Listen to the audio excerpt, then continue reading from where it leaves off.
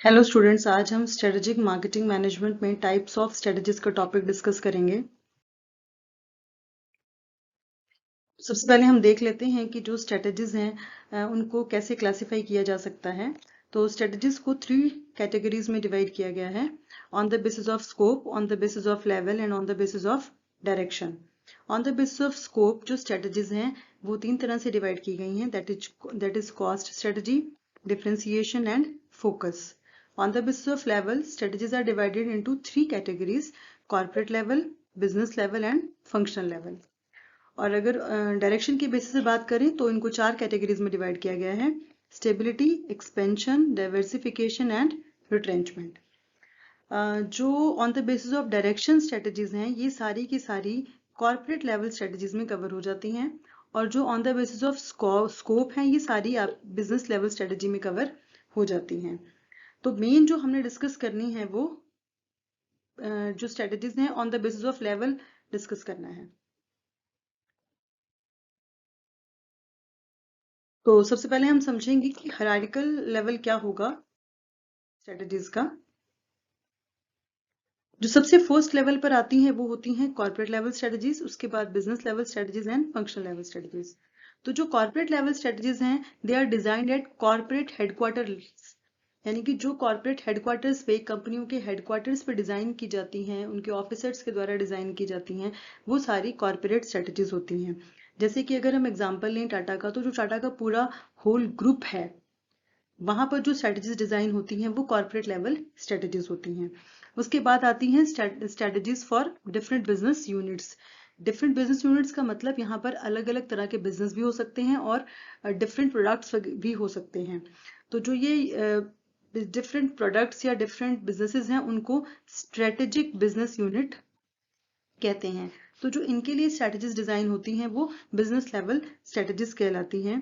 जैसे कि अगर हम टाटा में ही बात करें तो जो टाटा के डिफरेंट बिजनेस हैं, जैसे टाटा मोटर्स है, टाटा पावर्स है, इन सब के लिए जो अलग अलग स्ट्रेटजीज डिजाइन की जाएंगी वो बिजनेस लेवल स्ट्रेटजीज कहलाएंगी। और अब ये जितने भी बिजनेस होंगे इन सब के अंदर डिफरेंट जो है वो डिपार्टमेंट्स होते हैं, एक तरह से जो जो डिफरेंट फंक्शंस परफॉर्म करते हैं, तो उनके फंक्शंस के बेसिस पे जो स्ट्रेटजीज डिजाइन की जाती हैं उनको फंक्शनल स्ट्रेटजीज कहते हैं। अब वो डिफरेंट फंक्शंस कौन कौन से हो सकते हैं, जैसे manufacturing function, finance function, marketing function, R&D function and human resource, यानी कि डिफरेंट जो फंक्शंस हैं इनके अकॉर्डिंग जो स्ट्रेटजीज प्लान आउट होंगे उनको फंक्शनल स्ट्रेटजीज कहते हैं। अब आती हैं कॉर्पोरेट स्ट्रेटजीज, यानी कि जो फर्स्ट हमने अभी फर्स्ट लेवल की बात करी, जो फर्स्ट लेवल स्ट्रेटजीज हैं वो डिस्कस करेंगे हम।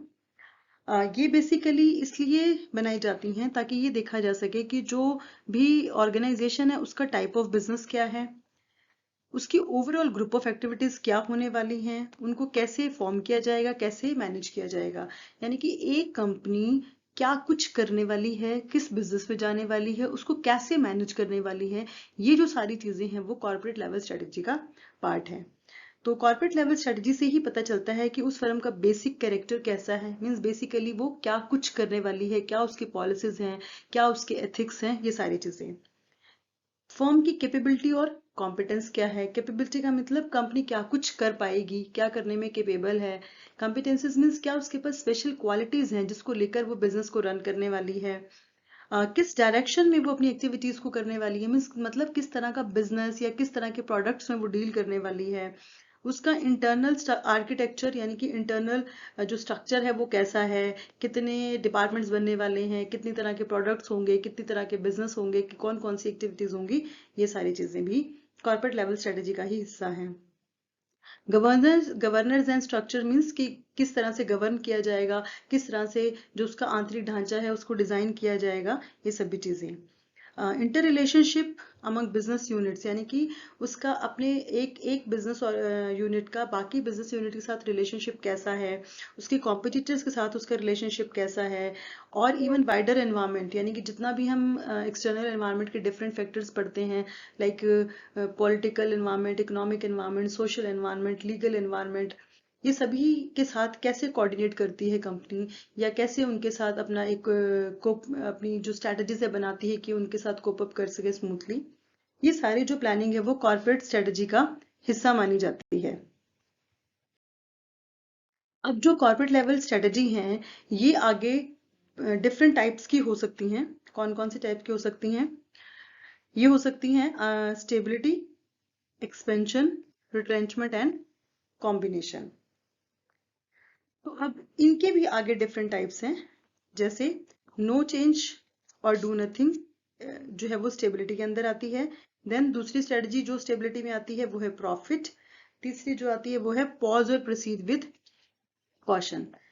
एक्सपेंशन के अंदर भी डिफरेंट स्ट्रेटजीज हैं, जैसे कि concentration, integration, diversification, internationalisation, cooperation, digitalisation, और इवन इसके आगे भी डिफरेंट टाइप्स हैं। देन रिट्रेंचमेंट के अंदर डिफरेंट स्ट्रेटजीज हैं, turn around, disinvestment and liquidation. Combination के अंदर फिर डिफरेंट स्ट्रेटजीज हैं, जैसे simultaneous, sequential, simultaneous and sequential. तो ये जितने भी अभी हमने यहाँ पर नेम्स डिस्कस किए, इन सभी को हमने डिटेल में डिस्कस करना है। सबसे पहले हमारी आती है स्टेबिलिटी स्ट्रेटजी। आज के जो लेक्चर में है हम स्टेबिलिटी स्ट्रेटजी को ही कवर करने वाले हैं। तो स्टेबिलिटी स्ट्रेटजी क्या होती है? स्टेबिलिटी स्ट्रेटजी का मतलब है कि जिस भी पोजीशन पर फर्म है उस अपनी करंट स्ट्रेटजी को बनाए रखे, अपने करंट प्रोडक्ट और करंट मार्केट शेयर को बनाए रखे। इसका मतलब है कि वो जहां पर जितना अर्न कर रही है, जो भी पॉलिसीज अडॉप्ट कर रखी हैं, जो प्रोडक्ट्स उसने बना रही है, या जिस मार्केट एरिया को वो सर्व कर रही है, उस सबको एज इट इज मेंटेन रखना स्टेबिलिटी स्ट्रेटजी है। अब स्टेबिलिटी स्ट्रेटजी को कोई ऑर्गेनाइजेशन क्यों अडॉप्ट करती है? तो उसका सबसे पहला जो है रीजन है वो है अपनी पोजीशन को स्ट्रॉन्गर बनाने के लिए। जब कोई ऑर्गेनाइजेशन अपनी जो प्रेजेंट सिचुएशन है उसको स्ट्रॉन्ग बनाना चाहती है, यानी कि जितने वो प्रॉफिट कमा रही है उसी को वो मेंटेन रखना चाहती है, उसी पे वो जो है वो फोकस करना चाहती है, तब वो स्टेबिलिटी स्ट्रेटजी अडॉप्ट करती है। दूसरा रीजन है जब वो ज्यादा रिस्क लेना पसंद नहीं करती, क्योंकि अगर वो अपने आप को एक्सपैंड करेगी तो बहुत सारा इन्वेस्टमेंट करेगी, और नए प्लांट लगाने में, नए प्रोडक्ट्स को डिजाइन करने में, R&D करने में, तो कई बार कंपनी उतना रिस्क लेने को तैयार नहीं होती, क्योंकि इन्वेस्टमेंट के बाद भी वो सब कुछ सक्सेसफुल होगा या नहीं ये सर्टेन नहीं होता। तो कंपनी जिसमें है, जैसे सिचुएशन में है, वो उसी में बने रहना एक्सेप्ट करती है। देन एक और रीजन हो सकता है कि जब कंपनी को बहुत सारे अपने डेट्स और लोन की पेमेंट करनी होती है, अब अगर कंपनी एक्सपेंशन के लिए जाती है और अनफॉर्चुनेटली अगर वो सक्सेसफुल नहीं होती, तो उसके लिए मुश्किल हो जाएगा अपने जो भी उसके लोन्स हैं उनकी रीपेमेंट करना या उसके ऊपर इंटरेस्ट को पे करना। इसलिए कंपनी ये रिस्क लेना पसंद नहीं करती और वो अपनी प्रेजेंट सिचुएशन में बने रहना एक्सेप्ट करती है। देन अगर कंपनी मेच्योरिटी पर पहुंच चुकी है तो, और उसको लगता है कि कंपनी के लिए आगे फ्यूचर में भी कोई स्कोप नहीं है, तब भी कंपनी जो है वो स्टेबल स्ट्रेटजी अडॉप्ट करती है। मेच्योरिटी का मतलब आप समझते ही हैं कि अगर हम प्रोडक्ट लाइफ साइकिल की बात करें, तो प्रोडक्ट लाइफ साइकिल की स्टेजेस में अगर हम बात करें तो इंट्रोडक्शन से शुरू होकर ग्रोथ में जाते हुए मेच्योरिटी की तरफ जाने के बाद जो प्रोडक्ट है वो डिक्लाइनिंग स्टेज पर आता है। तो ऐसे ही जो इंडस्ट्री है उसकी भी डिफरेंट फेजेस होती हैं। अगर वो इंडस्ट्री अपने मेच्योरिटी स्टेज पर पहुंच चुकी है और अब उसको लगता है कि इसके बाद तो उसका जो शेयर है या उसने डिक्लाइन ही होना है, तो वो कोशिश करती है कि अपनी जो ये मेच्योरिटी की स्टेज है इसको लंबा रख सके, यानी कि इस टाइम पीरियड को वो बढ़ा सके, तब भी वो स्टेबिलिटी स्ट्रेटजी अडॉप्ट करती है। अगर कंपनी को ऐसा लगता है कि वो एक्सपेंशन करेगी और वहां से जो उसको रिटर्न ऑफ इन्वेस्टमेंट मिलने वाला है वो नेगेटिव होगा, तब भी वो स्टेबिलिटी स्ट्रेटजी अडॉप्ट करती है, क्योंकि अगर उसको एक्सपेंशन के बाद अनसर्टेनिटीज को देखते हुए या जो भी उसने एस्टिमेट लगाया उससे उसको लगता है कि उसको ज्यादा फायदा नहीं होने वाला, तो फिर वो एक्सपेंशन के लिए नहीं जाती, वो स्टेबिलिटी में ही रहना पसंद करती है। देन समटाइम्स मैनेजमेंट को ऐसा लगता है कि जो भी उनकी करंट पोजीशन है वो उसी में सेटिस्फाइड है, मींस उनको आगे बहुत ज्यादा उनको फ्यूचर नजर नहीं आ रहा होता, तो वो प्रेजेंट पोजीशन में ही रहना पसंद करते हैं। जो स्टेबिलिटी स्ट्रेटजी है वो रिस्क मैनेजमेंट के लिए भी ऑर्गेनाइजेशन यूज करती हैं, यानी कि जब वो फ्यूचर में बहुत ज्यादा उनको अनसर्टेनिटीज नजर आ रही होती हैं, उनको लगता है कि इन्वेस्टमेंट करने के बाद भी पता नहीं क्या स्कोप होगा, तो वो उतना रिस्क लेते ही नहीं है, क्योंकि अगर वो सक्सेसफुल ना हुए तो उनको जो प्रेजेंट खर्चे हैं वो भी नहीं पूरे कर पाएंगे, अपने लोन्स की रीपेमेंट नहीं कर पाएंगे, तो फिर वो स्टेबल रहना पसंद करते हैं।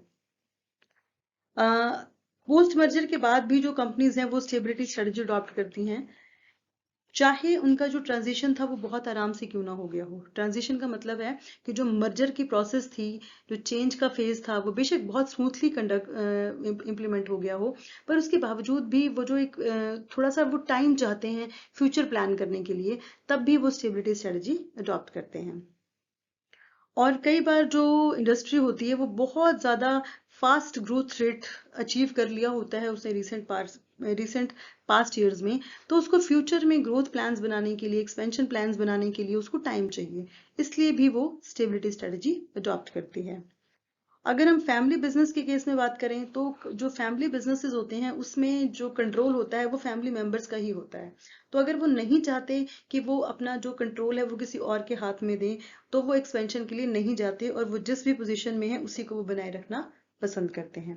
So these were a few reasons because of which organisation adopt for stability strategy.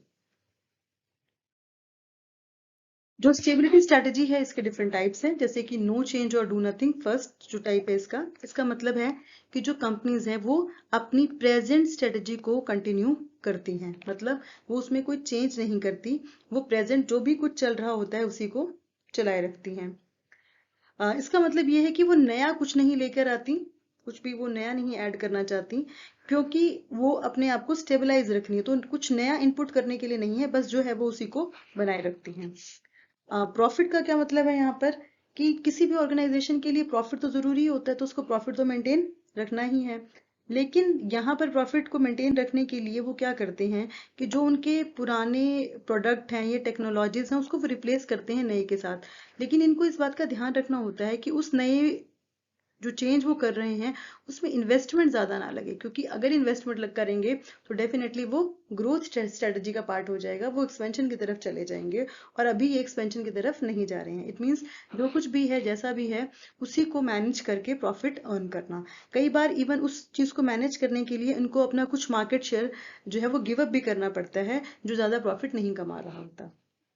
Then pause और प्रोसीड विद कॉशन। ये सिचुएशन कई बार तब आती है जब रिसेंट ईयर्स में कंपनी ने बहुत अच्छा प्रॉफिट अर्न कर लिया होता है, और अब कंपनी अपने फ्यूचर ग्रोथ को प्लान करने से पहले थोड़ा सा रेस्ट चाहती है, ब्रेक चाहती है।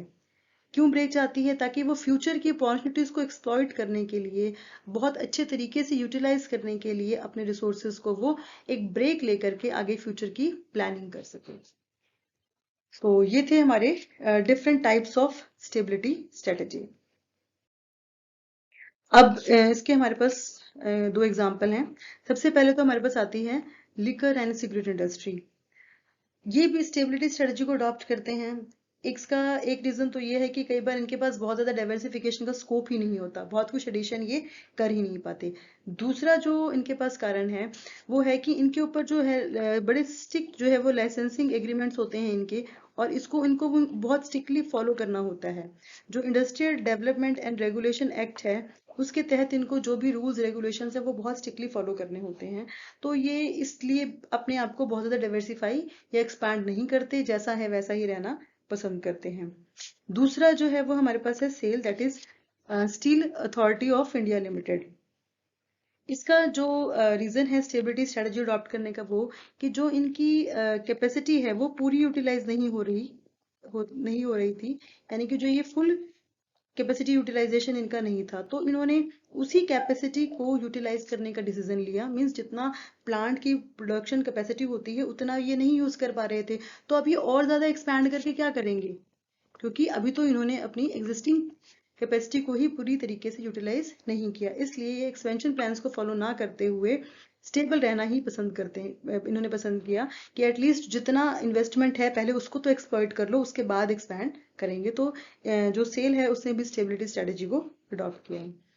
So this was all about stability strategy. तो आज जो हमने डिफरेंट टाइप्स ऑफ स्ट्रेटेजी का टॉपिक शुरू किया, उसमें जो सबसे पहला टॉपिक था कॉर्पोरेट लेवल स्ट्रेटेजी, उसके उसका जो फर्स्ट पार्ट था स्टेबिलिटी स्ट्रेटेजी, आज हमने वो कवर किया है। बाकी के जो टाइप्स हैं वो हम आगे लेक्चर्स में कवर करेंगे। Thank you.